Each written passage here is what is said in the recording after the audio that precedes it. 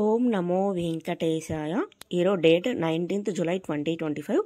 SST tokens, DD tokens update ఏంటి అంటే ఈరోజు 1 AM టోకన్స్ అయితే ఇవ్వడం స్టార్ట్ చేశారు. 20వ తేదీ దర్శనానికి సంబంధించిన టోకన్స్ అయితే ఈరోజే ఇస్తారు. అంటే ప్రతిరోజు రేపటి రోజు దర్శనానికి వెళ్ళాలంటే ముందు రోజే టోకన్స్ అనేది తీసుకోవాలి. బిఫోర్ 1 day టోకన్స్ అయితే ఇస్తారండి. Srinivasam complex, Bhudevi complex and Vishnunivasam complex ఈ 3 ప్లేసెస్లో ఎస్ఎస్టీ టోకన్స్ అయితే ఇస్తారు. ఎస్ఎస్టీ టోకన్స్ తీసుకొని అలిపిరి స్టెప్స్ అయినా లేకుంటే బై వాక్ లేకుంటే బై బస్సు మీరు ఎలా అయినా కొండపైకి అయితే వెళ్ళొచ్చు అనమాట.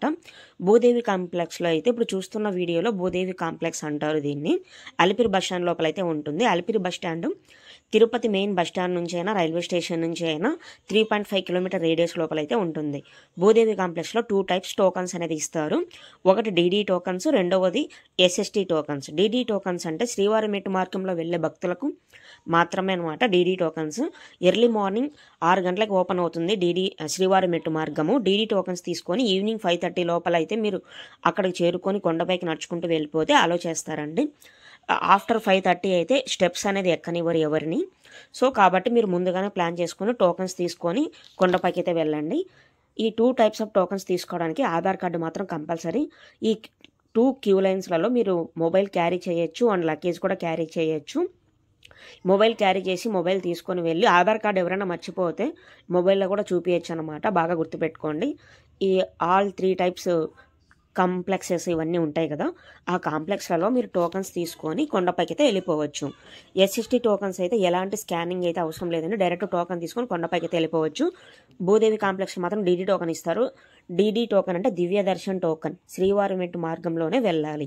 శ్రీవారి మెట్టు మార్గంలో 1200 స్టెప్స్ దగ్గర మీరు స్కాన్ అయితే చేయించుకోవాలి. చేయించుకున్న తర్వాత కొండపైకి వెళ్తారు. వెళ్ళిన తర్వాత డైరెక్ట్ ఏటీజీహెచ్ సర్కిల్ దగ్గర దర్శనానికి అయితే వెళ్ళిపోవచ్చు అనమాట.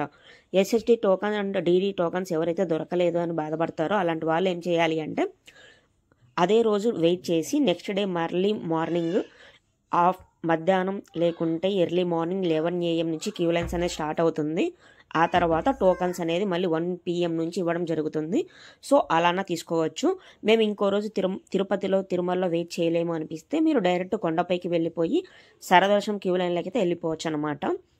బాగా గుర్తుపెట్టుకోండి. అండ్ వన్ మోర్ థింగ్, ఇంకోటి ఏంటి అంటే లగేజ్ మాత్రం హెవీగా ఉన్నప్పుడు ఏం చేస్తారు అంటే కొండపైకి వెళ్ళిన తర్వాత ఫ్రీ లాకర్స్ అనేది ఉంటుందండి తిరుమలలో.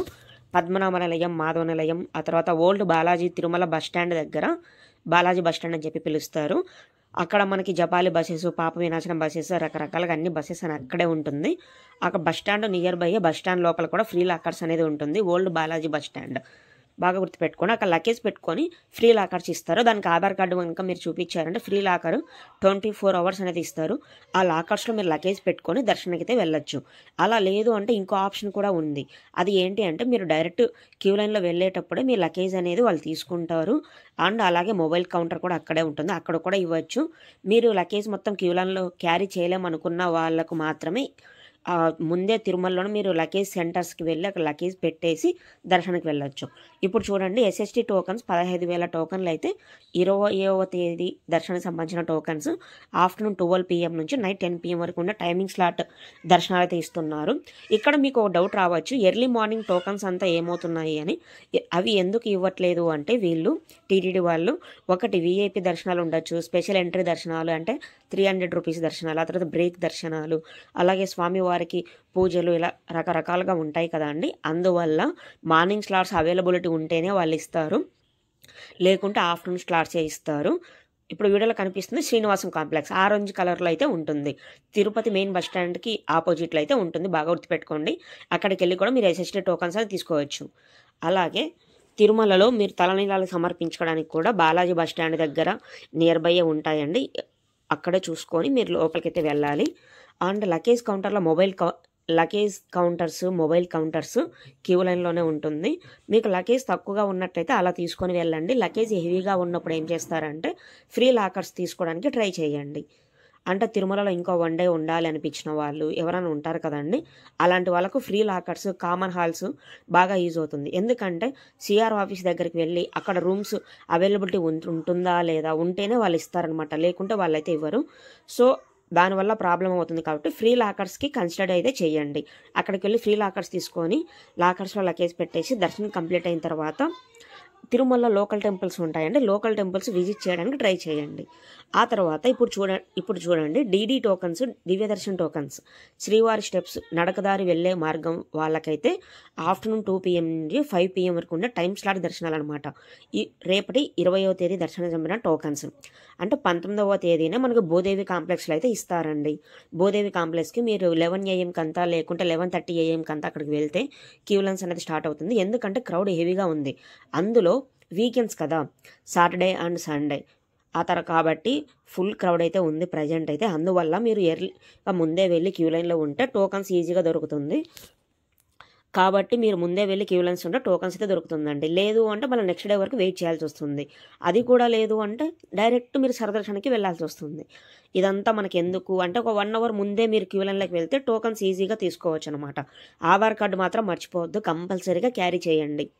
లేకుంటే మొబైల్లోనూ చూపించండి, లేకుంటే సాఫ్ట్ కాపీ అయినా తీసుకెళ్ళండి. అండ్ ఎవరైతే దర్శనానికి వెళ్ళాలనుకుంటున్నారో ప్రతి ఒక్కరూ కంపల్సరీగా ఆధార్ కార్డు అయితే క్యారీ చేయాలి.